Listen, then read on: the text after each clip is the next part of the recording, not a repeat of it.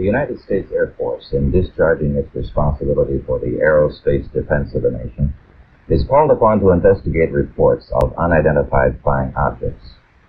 Two Air Force officers have, over the years, been very closely associated with this activity. Lieutenant Colonel Lawrence Tacker was formerly the chief spokesman for the Air Force on the matter, and Major Hector Quintanilla is now the chief of Project UFO. Major Quintanilla, what are the objectives of Project UFO? The objectives of the program are twofold. They're the same as they have been since 1953 when the regulations were written. First of all, to try to determine if the UFO phenomenon presents a threat to the security of the United States. And second, to determine if the UFO phenomenon exhibits any technological advances which could be challenged to research and development. What's the record so far? To date, we have over 10,000 cases at Wright-Patterson Air Force Base, of which 646 of these remain unidentified. That's not to say that we could not have identified more cases if we had gotten to the observers quickly and checked the local activity. The Air Force has been accused from time to time of hiding information about UFO. What do you have to say to that kind of thing?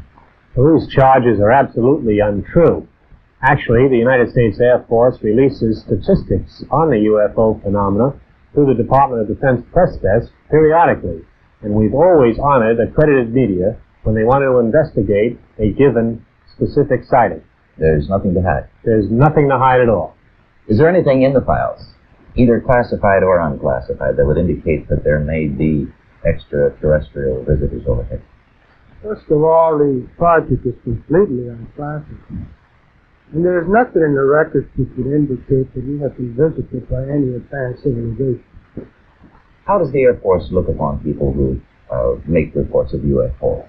Do they look on them as qualified observers? Yes, they do look on them as qualified observers.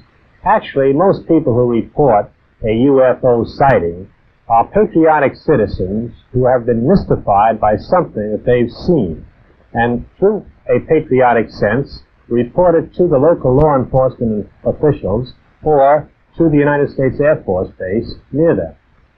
What would you consider as a person qualified to interpret what he sees? Well, I consider astronomers genuinely experts in their field. First of all, they have a tremendous advantage over the other physical scientists, and that is that they have powerful telescopes and photographic equipment to confirm their interpretation. Do astronomical laboratories make any contribution to the UFO program? In a negative way they do, because I've never received a UFO report from an observatory. Not a one? Not a single one. Well, how about the tracking and detection facilities that the Air Force itself has? How does this fit the program? Well, actually, to begin with, the United States Air Force is charged by an act of Congress with the air defense of the United States. And the North American Air Defense Command and the Air Defense Command have space tracking facilities which are constantly on the alert 24 hours a day. We're interested in anything that flies in our atmosphere. Well, how about UFO reports in other countries? How are they handled? The UFOs actually occur worldwide. However, the United States is the only country in the world that places as much emphasis on the phenomenon. Other countries place a burden of proof on the observer and not on their Air Force. That would make your job a lot easier if they did that here. Yes, it would. Thank you, Colonel Tacker, Major Quintanilla. I would like to close by reading a very brief excerpt from the report of the Air Force's Scientific Advisory Board, which they made recently upon completing a detailed review of the subject of UFO. This is a statement.